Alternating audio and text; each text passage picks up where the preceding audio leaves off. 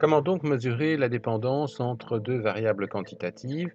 Ce coefficient qui va mesurer la dépendance s'appelle le coefficient de corrélation. Alors on va voir comment il est construit et pourquoi il prend cette expression-là. Une fois qu'on aura déterminé et compris pourquoi on prend cette expression-là, on va appliquer la formule et pas reprendre chaque fois le raisonnement. Alors, coefficient de corrélation, comment est-ce qu'on pourrait mesurer la dépendance entre deux variables quelconques, x et y? C'est plus nécessairement le salaire des hommes et le salaire des femmes, mais deux variables quelconques, x et y. Alors on calcule le score des variables x, qu'on va appeler zx, et le score des variables y, zy. Le score qui permet de mieux comparer la variable x et la variable y, puisqu'on mesure l'écart à la moyenne en pourcentage de l'écart type et l'écart à la moyenne en pourcentage de l'écart type. Alors, il y aura une dépendance positive et une dépendance négative. Et qu'est-ce qu'on va appeler la dépendance positive? Eh bien, la situation suivante, si une grande valeur, c'est-à-dire une valeur au-dessus de la moyenne de grand X, s'observe en général avec une grande valeur de Y, une petite valeur, en dessous de la moyenne donc, s'observe avec une petite valeur de Y, et à contrario, une grande valeur de X se rencontre rarement avec une petite valeur de Y, et une petite valeur de X se rencontre rarement avec une grande valeur de Y. Dans un tableau, on dirait ceci. Si X est petit, eh bien alors on s'attend à ce que Y soit petit. Dans le cas X petit et Y petit, petit c'est-à-dire plus petit que la moyenne. Donc X petit et Y petit se rencontrent fréquemment. Quand X est grand, eh bien, on rencontre souvent des Y grands. Et par contre, des situations divergentes, lorsque X est petit et Y est grand, situation divergente, ces situations sont rares. Si on traduit ça en score, eh bien, X plus petit que la moyenne, ça veut dire que le score est négatif. X plus grand que la moyenne, ça veut dire que le score est positif, de la même manière pour Y.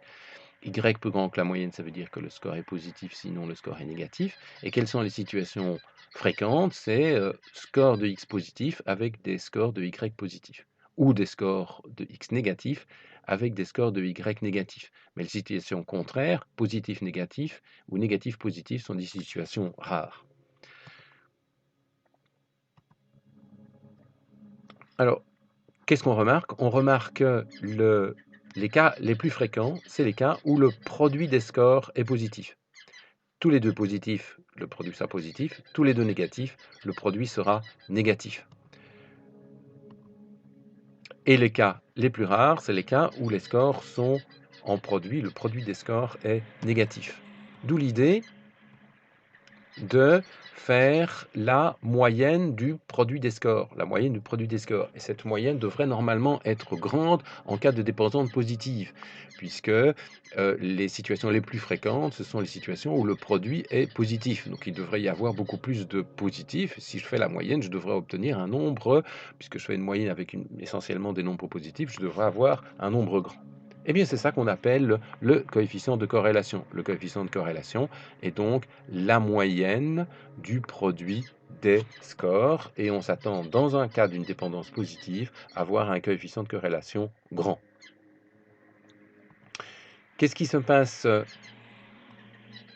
dans le cas d'une dépendance négative? Les dépendances négatives sont les situations divergences qui sont les plus fréquentes. Une grande valeur de Y s'observe en général avec une petite valeur de Y. Une petite valeur de X s'observe avec une grande valeur de Y. Et les cas où tous les deux sont grands, une grande valeur de X et une grande valeur de Y sont rares, ou une petite valeur de X et une petite valeur de Y sont des cas rares. Ce qu'on peut résumer dans le tableau, ce qui est fréquent maintenant, c'est lorsque X est petit, Y est grand, ou lorsque X est grand, Y est petit. Ça sont les cas les plus fréquents. Mais ce qui est rare, c'est les situations où ils sont tous les deux du même signe, X grand et Y grand. Quand je dis grand, c'est plus grand que la moyenne.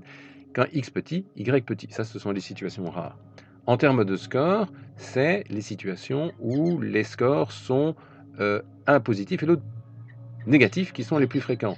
Si le score de X est négatif, on s'attend à se trouver des scores de Y positifs. Si les scores de X sont positifs, on s'attend à trouver des scores de Y négatifs. Ça, c'est les situations les plus fréquentes. Les situations rares, c'est ils sont convergents, ils ont le même signe, X positif et Y positif en termes de score. X négatif, score de Y négatif. Donc je redis bien, les cas les plus fréquents, ce sont les cas où donc le produit des scores est négatif. Le produit des scores est négatif, ce sont les cas les plus fréquents. D'où l'idée de calculer la moyenne du produit des scores, Comme dans le cas d'une dépendance négative, le produit des scores en général est négatif, on s'attend à ce que cette moyenne soit négative ou petite, un petit nombre. Le la moyenne du produit des scores,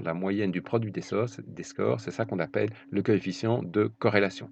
Donc en cas de dépendance négative, on s'attend à trouver des petites valeurs pour le coefficient de corrélation. En résumé, le coefficient de corrélation est un nombre sans dimension, puisque les scores sont des nombres sans dimension. On peut démontrer, et ça n'est pas très compliqué, mais on peut démontrer que le coefficient de corrélation est compris entre -1 et +1. Donc petit, ça veut dire proche de -1, grand, ça veut dire proche de 1. Voilà des exemples de coefficients de corrélation. Voilà une situation où le coefficient de corrélation est très proche de 1, une dépendance positive. Voilà une situation où le coefficient de corrélation est très proche de -1. Ce sont tous des graphiques à 2 dimensions et chaque petit rond serait une observation.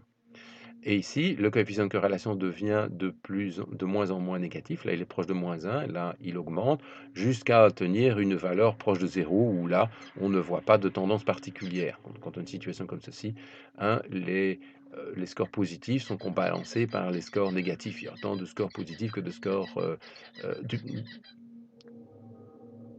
autant de scores concordants que de scores divergents, autant de produits de scores positifs que de produits de scores négatifs.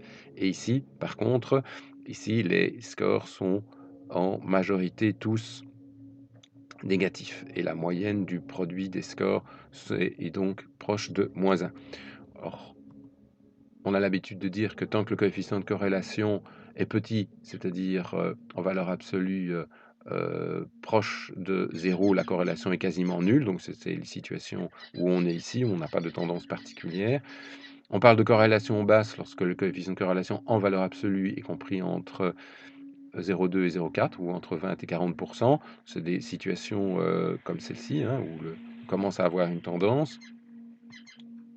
On parle de corrélation marquée quand il est compris entre 40 et 60%, et une bonne corrélation entre 60 et 80%, et une corrélation élevée au-delà de 80%.